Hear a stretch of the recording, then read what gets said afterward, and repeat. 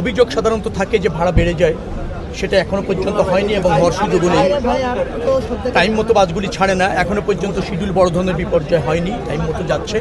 চ্যালেঞ্জটা আগামী 2-3 দিন আছে, সেই জন্য আমরা প্রয়োজনীয় ব্যবস্থা ইতিমধ্যে গ্রহণ করেছি, সড়ক যোগাযোগে, নৌপথ যোগাযোগ এবং রেল যোগাযোগ।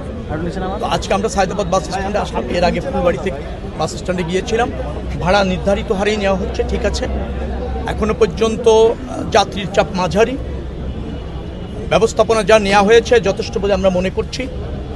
সড়কে বাস স্ট্যান্ডে ধরেন বেশি ভাড়া যাতে নিতে না পারে, যাতে এখানে নিরাপত্তাটা নিশ্চিত হয়, সেই জন্য আপনার পুলিশ কন্ট্রোল রুম আছে, আমাদের বিআরটিএর থেকে একটা কন্ট্রোল রুম করা হয়েছে, এখানে সিসিটিভি দেওয়া হয়েছে, সার্চ লাইট দেওয়া হয়েছে রাত্রে, যাতে সবাই একটা নিরাপত্তা বোধ করে এবং নিরাপত্তা নিশ্চিত করতে পারে আইন শৃঙ্খলা রক্ষাকারী বাহিনী এবং আমাদের যে সুপারভিশন আছে মন্ত্রণালয় থেকে।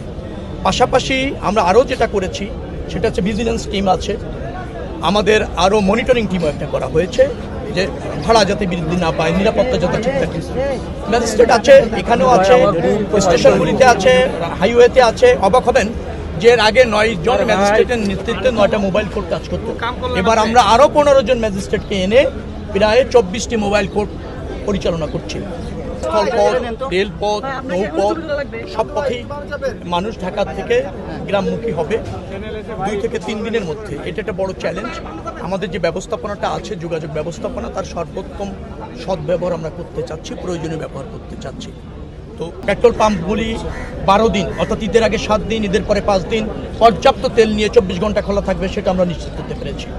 তো এভাবে আমাদের সব শক্তি আমরা প্রয়োগ করতে চাচ্ছি, সব সম্ভাবনাকে কাজে লাগাতে চাচ্ছি। বিশেষ করে হাইওয়ে পুলিশ, স্থানীয় পুলিশ মানে জেলা পুলিশ, যে জেলার উপর দিয়ে যাচ্ছে, মহানগর মেট্রোপলিটন পুলিশ, জেলা প্রশাসক, টিএনও, সবাই এ ব্যাপারে সজাগ আছে, যাতে যাত্রীদের কোনো বিড়ম্বনার শিকার হতে না হয় এবং তারা যাতে কোনো দুর্ভোগের মধ্যে না পড়ে যায়। আবার কোনো কোনো জায়গায়, বিশেষ করে যমুনা টোলের ওখানে আমি সেতু বিভাগের সাথে কথা বললাম, ওরা পর্যাপ্ত পানি, খেজুর ইফতারের টাইমে বা ইফতার সামগ্রী রেখেছে, যাতে প্রতিদিনই কয়েক হাজার লোক তারা ইফতার বিতরণ করতে পারে পরিস্থিতির কারণে। সে ব্যবস্থাপনা আমরা রেখেছি।